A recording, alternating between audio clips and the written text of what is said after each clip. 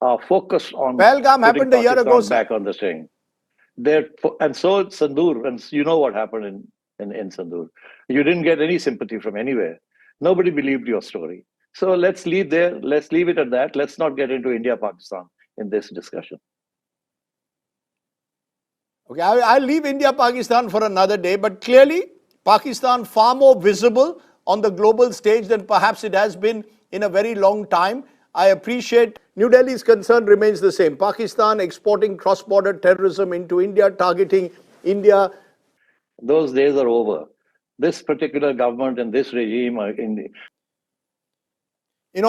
Because there is a belief that it's interesting the way you put it, because while Pakistan is getting the visibility of being the seeming mediator, as it calls itself, between Iran and the United States, your economy is in bad shape. And the longer the war continues, the more difficult it's going to be for the Pakistani economy. So Pakistan has a huge stake, also shares a long border with Iran, clearly desperate also to get a deal going. Monies that should otherwise be coming in, it has huge debt that it needs to service. Given all that, do you believe there's a sense of desperation also in what Pakistan is doing or not? I wouldn't call it desperation, but I would say that there's a great deal of interest. Don't forget, we have a project which is in the doldrums right now, which is the gas pipeline from Iran to Pakistan via Gwadar. And that's on hold because of the American sanctions. We are not allowed to go ahead with that project. The Iranians have been very angry with us in the past. So I think if this thing is resolved, one of the things that we expect to get from all this, apart from, of course, the oil and the rest of it, is that the Americans might let up on that particular sanction. And if that happens, then Iran and Pakistan can trade gas and oil with each other directly via pipeline.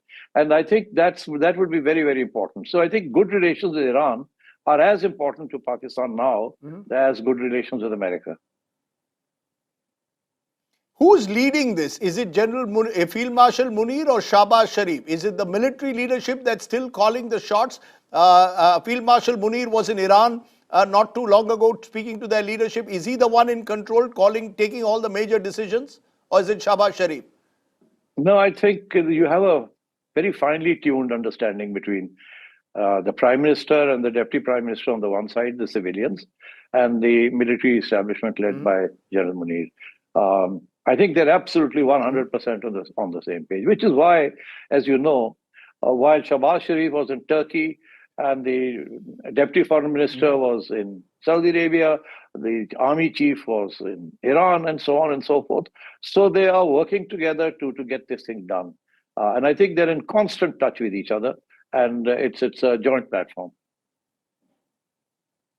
You're saying it's a joint platform. In conclusion, presumably Pakistan is hoping to get financial aid out of it, as you say, getting oil, because a large part of its oil does come through the Strait of Hormuz. But do you believe that, given the fact that Donald Trump is transactional, Pakistan also will have to be careful as to what kind of role it precisely ends up playing in this? If this goes horribly wrong, where does it leave Pakistan? If the talks don't result in a breakthrough, what happens next? I don't think anything will happen. I think Pakistan has already established itself as a good interlocutor and as a good mediator. Its standing in all the world capitals has gone up. My understanding is, or in fact, knowledge is that all the top leaders of the world are in touch with Pakistan's leadership and urging them to get on and continue to play this role. And even if nothing comes of it, everybody will know that Pakistan, of all the players in the world, did its best to get this done. So I think whether it succeeds, whether there are talks or not, whether they succeed or not, I think Pakistan has arrived at a place where its importance is now being recognized as a player in the Middle East. Many will say it's a beneficiary of geographical location, but I must ask you this question from a New Delhi perspective. New Delhi's concern remains the same. Pakistan exporting cross-border terrorism into India, targeting India. Do you believe that image of Pakistan as a country which has had to often be on the FATF watch list, has been accused of harboring terror, that doesn't go away, does it, with this? It's gone away because Pakistan has not been exporting terror and it's number one, and the world knows this. And right now, the world is appreciative of Pakistan. It has, I Mr. mean, I'm Sethi. a I know you and I don't want to dispute that, but you know better than most that the likes of Masood Azhar and others and Dawood Ibrahim and Hafiz Saeed have had refuge in Pakistan. Rajdeep, the thing is that you're talking of a long past. Those days are over. This particular government and this regime are focused on Pahalgam putting happened a year ago, Pakistan sir. back on the string. And so Sandur, and you know what happened in Sandur. You didn't get any sympathy from anywhere. Nobody believed your story. So let's leave there. Let's leave it at that. Let's not get into India-Pakistan in this discussion. Okay, I'll leave India, Pakistan for another day, but clearly Pakistan far more visible on the global stage than perhaps it has been in a very long time. I appreciate Najam Sethi, you joining us and giving us a view from Islamabad as to how it's all playing out, this chess game that's being played out. And the hope, I think, across the world is that the talks succeed. Let's be very clear. The world wants the talks to succeed so that the war ends. Pakistan live के मुअज़्ज़िज़ नाज़रीन अस्सलामु अलैकुम।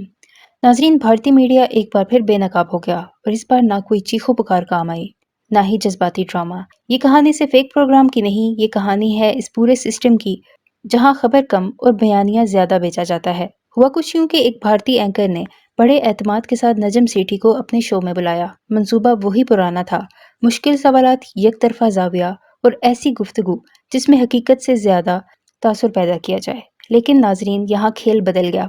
जैसे ही गुफ्तगू शुरू हुई, anchor ने बहस को एक खास रुख देने की कोशिश की, वही मखसूस अंदाज जिसमें सवाल ऐसे तरतीब दिए जाते हैं कि जवाब पहले से तय हो। मगर इस बार सामने ऐसा शख्स था जो उस तरीकाकार को अच्छी तरह समझता था। नजम सेठी ने ना सिर्फ सवाल का जवाब दिया, बल्कि उस सवाल के पीछे छुपे बयानिए को भी सामने ले आए। और यही वो लम्हा था जहां भारतीय मीडिया का पूरा अंदाज़े कार बेनकाब हो गया। नाजरीन, भारतीय मीडिया की एक बड़ी पहचान ये बन चुकी है कि वो मुकम्मल तस्वीर दिखाने के बजाय सिर्फ वो हिस्सा सामने लाता है जो उसके बयानियों को मजबूत करे। सियाको सबाक को काट देना, आधी बात करना और फिर उसी पर पूरी कहानी खड़ी कर देना, ये एक ऐसा तरीका है जो वक्ती तौर पर असर तो पैदा करता है, लेकिन सच के सामने ज्यादा देर नहीं ठहरता। इस प्रोग्राम में भी यही कोशिश की गई। गुफ्तगू को बार बार एक मखसूस रुख पर ले जाया गया, मगर जैसे ही मुकम्मल तस्वीर सामने आई, सारा तासुर बदल गया। नाजरीन, ये सिर्फ एक वाकया नहीं, बार बार ऐसा देखा गया है कि भारतीय मीडिया किसी भी मामले को इस तरह पेश करता है कि नाजरीन को एक खास नतीजे की तरफ ले जाया जाए। लेकिन जैसे ही कोई इस कहानी को चैलेंज करे तो फिर या तो बहस का रुख बदल दिया जाता है या मौजू ही तब्दील कर दिया जाता है। और यही इस प्रोग्राम में भी हुआ। चंद लम्हों में गुफ्तगू का कंट्रोल बदल गया और वही एंकर जो इब्तिदा में पुरएतमाद था, आहिस्ता आहिस्ता दिफाई पोजीशन में चला गया। नाजरीन, ये वो लम्हा था जहां हकीकत और बयानिया का फर्क सबके सामने आ गया। एक तरफ शोर, दूसरी तरफ दलील। प्रोग्राम खत्म हुआ, लेकिन असल रद्द-ए-अमल उसके बाद आया। सोशल मीडिया पर क्लिप्स वायरल हो गईं और लोगों ने पहली बार खुलकर इस अंदाज़े सहाफ़त पर सवालात उठाने शुरू कर दिए। क्योंकि जब बार बार फैक्ट्स को मोड़ा जाए तो एक वक्त आता है जब नाजरीन खुद पहचान लेते हैं कि असल हकीकत क्या है। नाजरीन, मीडिया का काम सवाल उठाना होता है, ना कि पहले से तैयार जवाब भेजना। और जब मीडिया इस हद को अबूर कर जाए तो फिर एक सादा सा सच भी उसे मुश्किल में डाल देता है। इसीलिए आज का ये वाकया सिर्फ एक शो नहीं, बल्कि एक आईना है जिसमें वाज़े नज़र आता है कि जब बयानिया हकीकत पर गालिब आने की कोशिश करे तो एक मजबूत जवाब ही काफ़ी होता है सब कुछ बदलने के लिए।